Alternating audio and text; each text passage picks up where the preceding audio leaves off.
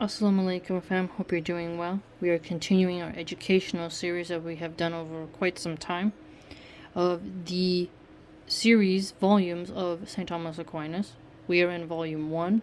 We are on the 4th article, which is also question 3. And this is a very educational series for us theologians.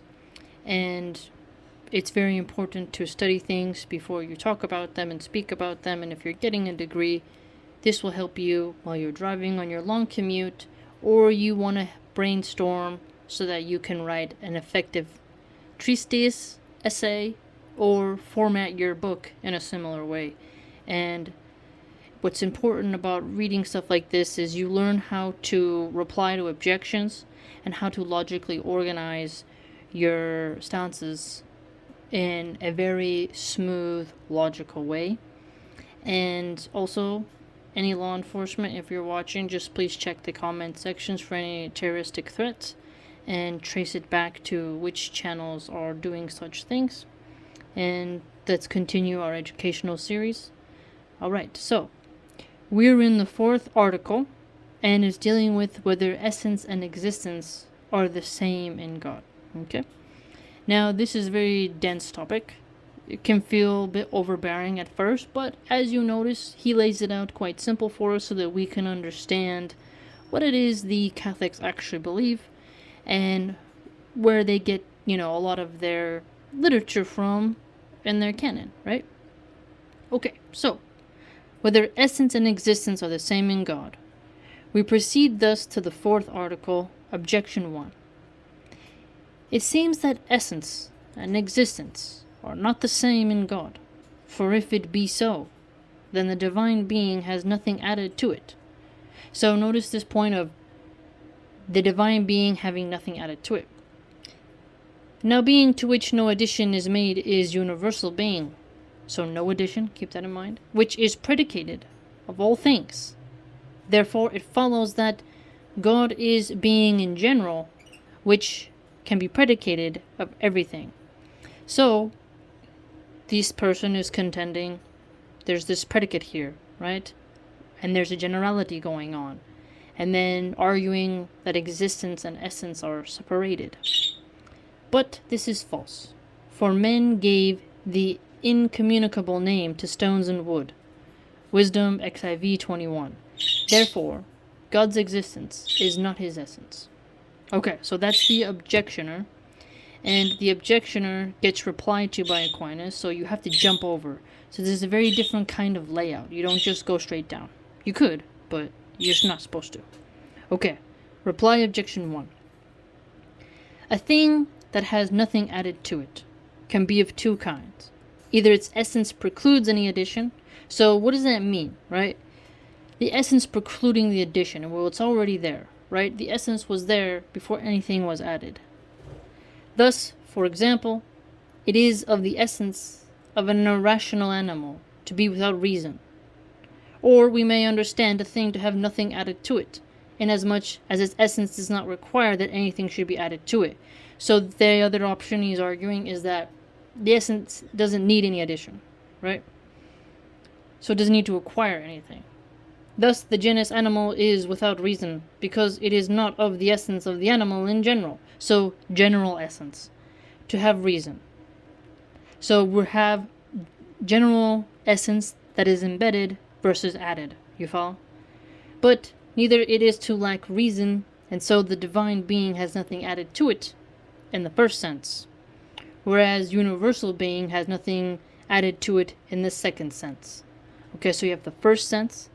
The second sense, divine being versus universal being. So the universal being has the second sense, and the divine being has the first sense. Okay? So, one is a preclusion, one is an addition of essence. Right? Okay, now we're going into objection 2. Further, we can know whether God exists as said above, question 2, article 2, but we cannot know what he is. Therefore, God's existence is not the same as his essence, that is, as his quiddity or nature. So here, the objectioner is contending, well, you can't know what he is. So he's arguing that it's not the same, and is therefore separate. So the objectioner keeps objecting to the same thing, but in a different way.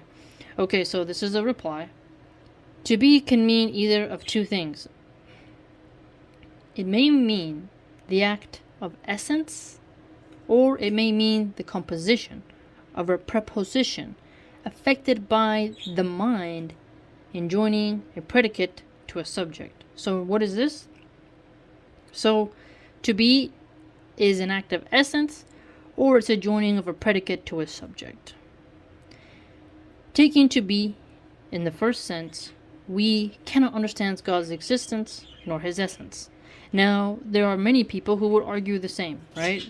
It's very difficult to understand God's existence and his essence, and, he's going to argue further for us about that issue, you'll see. But only in the second sense. We know that this proposition, which we form about God, when we say God is true.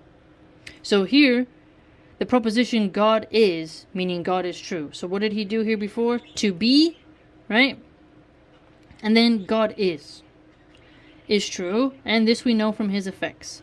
So what does he say? How do you know God is true? Is by his effects, regardless of whether you understand the existence of God or the essence of God. So pretty heavy, but you can get it by the way he lays it out. On the contrary, Hilary says, Trin vii, in God, existence is not an accidental quality, but subsisting truth. So what do you have here already? Accidental quality, but subsisting truth. So you have two things there, subsisting truth, accidental quality. So by looking at a quality, you can see the effects, you can see the essence, right? Now, the truth exists whether you understand it or not. Now, notice the language here. For us Muslims, we have Allah is the self-subsisting, the eternal. Here, it appears in Catholics using this phrase, subsisting truth, to refer towards something towards God, right? Therefore, what subsists in God is his existence. Okay, so here for us, they've laid out their perspective of there is existence that subsists in God. So notice, in God, right?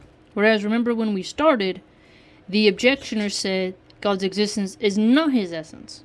Okay? So, remember how we were getting with essence subsisting. So are you following how they're laying it out for us? So he's going to answer back. I answer that God is not only his own essence, as shown in the preceding article. So already what has Aquinas said for us from the Catholic perspective? God is his own essence. And I think many theologians would say, okay, nothing out of the ordinary with that, as shown in the preceding article, but also his own existence. So here, what do you have here? Aquinas has said God is his own existence, God is his own essence. And what I know about this Ahl Sunnah wal Jama'ah is that they have said that God, everything, his attributes and his names, befit his majesty. So, befitting his majesty, and now a Catholic has a different perspective of his own existence. So, for that to be God's own existence, in the Catholic perspective, you begin to see how they also acknowledge the fact that, well, God is not to be humanized. He indeed has his own existence. This may be shown in several ways. First, whatever a thing has, besides its essence, must be caused either by the constituent principles. Okay, so constituent principles, they're like these elemental aspects that are embedded and part of the essence that put it shit forward, right? Principles of that essence, like a property that necessarily accompanies the species. Exactly, you see? So, these essences, they're constituent principles, natural properties of said species, you see? As the faculty of laughing is proper to a man. I mean, yeah, and a hyena, right? and is caused by the constituent principles of the species. Yes, having the organs, having the ability, the capacity, right? Or by some exterior agent, as heat is caused in water by fire. So either internal or external, you see? Therefore, if the existence of a thing differs from its essence, this existence must be caused either by some exterior agent. Okay, now follow that very distinct detail here. So, if something is external to the existence's essence, it has to be stimulated by an exterior agent, right? So follow that. Remember how we were saying earlier, something that's embedded, right? It's married to it. It's in the essence. It's nothing is added. Whereas you have this other aspect of an exterior agent, or by its essential principles. So notice what he did here. I forgot to circle the or. All right, exterior agent or essential principles. And remember, the essential principles are internal. Now, it is impossible for a thing's existence to be caused by its essential constituent principles, for nothing can be the sufficient cause of its own agency. Notice this distinct thing here. Nothing can be the sufficient cause of its own existence. That can kind of stump some atheists, right? If its existence is caused. Aha! Do you see what he did there? So, God is not caused, he's arguing. Therefore, he is not going to have a constituent principle that has an external agent that has caused it to do anything, to have anything added. Because he argued earlier, remember, that God is his own essence, right? He doesn't have an external agent, because remember, for Aquinas, God is the first cause. So nothing can cause God. God is the cause. So he's following his same logic here. Therefore, that thing, whose existence differs from its essence, must have its existence caused by another. So do you see what he did there? So something that is a subsisting element that is not separated from its that is not separated from its essence and its existence is not going to need an exterior agent, right? So here he's contending that if the existence is different from its essence, it has an exterior cause, and that cause is caused by another.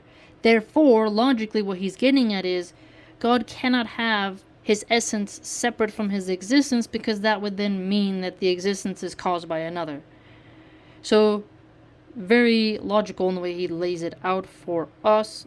But this cannot be true of God, because we call God the first efficient cause. Exactly. Right? Exactly. That's his logic. Once you get into the flow of reading him, you'll remember his points, because he's very concise. Right?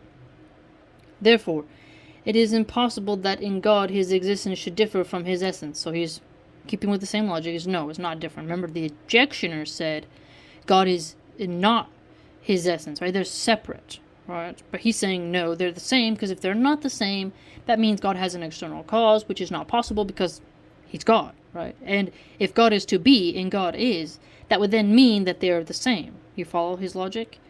Secondly, existence is that which makes every form or nature actual, right? The actual nature, actualized. Remember how he said earlier, God is fully actualized. If you're fully actualized, you have no potentiality. Remember when he got into potentiality was, if you have potential, that means you're not actualized. If you're not actualized, it means you have to be caused to do something, which means if you're caused to do something, there's an external cause causing you to move, and you're not fully manifested. And God is fully manifested, because God is the first genus and the prime mover, the first cause. So therefore, God is all actual, right? You follow? For goodness and humanity are spoken of as actual only because they are spoken of as existing. Therefore, existence must be compared to essence, if the latter is a distinct reality, as actuality to potentiality. Exactly.